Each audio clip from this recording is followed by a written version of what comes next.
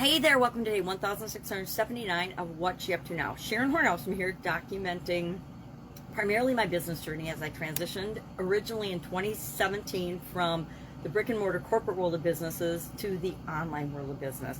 I got divorced and wanted to figure out what I wanted to do with my life, what was something new and interesting and exciting to me, something I'd always been curious about but never really had the opportunity when I was busy raising my family. The internet was just becoming a thing as I was in my corporate career, and so I never really had much chance of figuring it out or learning about it. I was ingrained in my corporate career, and I was ingrained in the different businesses that I was running. So following my divorce and, of course, the divestiture of all of our mutual assets, I had the opportunity to say, what do I want to do? What am I interested in? What's next for me? And I decided I was going to hop in and explore the online world. And like so many others before me, I didn't know it at the time, I got sucked into and pulled into a lot of different paths and a lot of different things. They call it shiny object syndrome, which I'd never heard of in the offline world. I guess we had it in corporate America, and we had it in our businesses, where you get focused in on one thing and then you get sidetracked by something else that's not really related to your central goals and objectives, but it pulls your attention and your energy into different directions than the direction that you really, and that is really right for you. And online, there's so many things vying for our attention.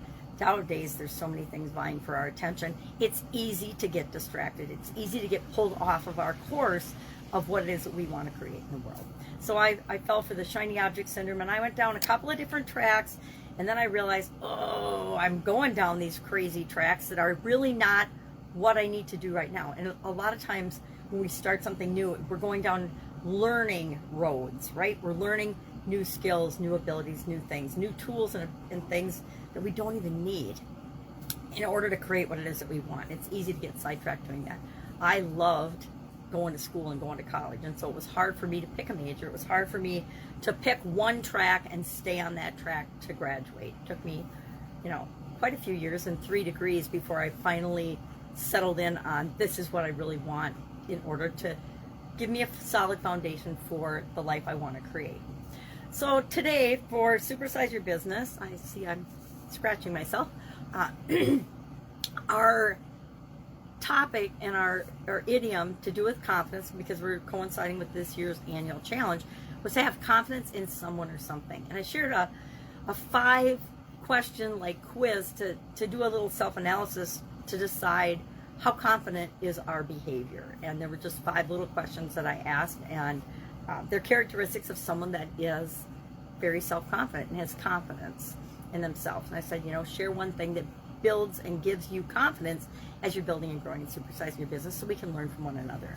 Our topic for the annual challenge today was one of my favorites. It's how does confidence interact with all the other areas of the life framework? And this is really a depiction of how it actually works. We like to think confidence and physical well-being have a direct connection, but really confidence has an impact and an effect and a connection and an interrelationship with every other area and aspect of the life framework, every area of our life, right?